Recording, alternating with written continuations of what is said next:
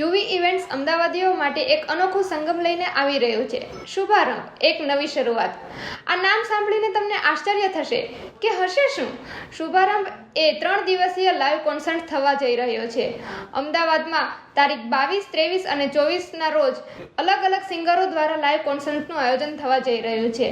શુભારંભનું આયોજન અમદાવાદના શિલજ ખાતે થવા જઈ રહ્યું છે.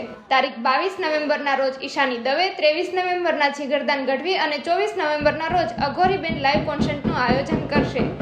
અમદાવાદમાં પ્રથમવાર સળંગ આ 3 દિવસનું લાઈવ કોન્સર્ટ થવા જઈ રહ્યું છે.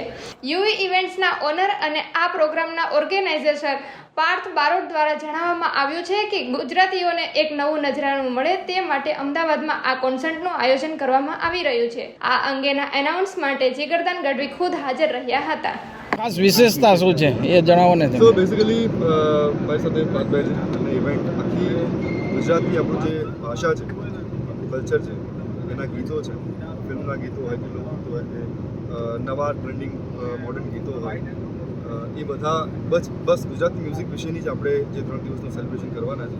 બેઝિકલી એના માટે જ આપણે ભેગા થયા. સો દેટ્સ ધ ખાસ કેવા પ્રકારનું મ્યુઝિક, કેવા પ્રકારના લોકગીતો અને પ્રેઝન્ટેશન કરશો ખાસ તમે? હું જે મારો શો છે 23ના છે, એની 3 દિવસનું આયોજન છે. એમાં 3 અલગ અલગ કલાકારો છે અને મારું શનિવારના 23 તારીખના પરફોર્મન્સ છે, જેમાં તમે મારા ફિલ્મના ગીતો તો સાંભળશો પણ મારા જે નવા ગીતો રિલીઝ થયા છે, જે મેં ફોક ફ્યુઝન્સ કર્યા છે, નવા મોડર્ન કન્ટેમ્પરરી ગીતો, એ પણ તમને સાંભળવા મળશે. અને બીજી પણ ઘણી બધી સરપ્રાઇઝીસ ગુજરાતીમાં જે પહેલાં ક્યારેય ન સાંભળ્યું હોય એ વસ્તુ તમને સાંભળવા મળશે.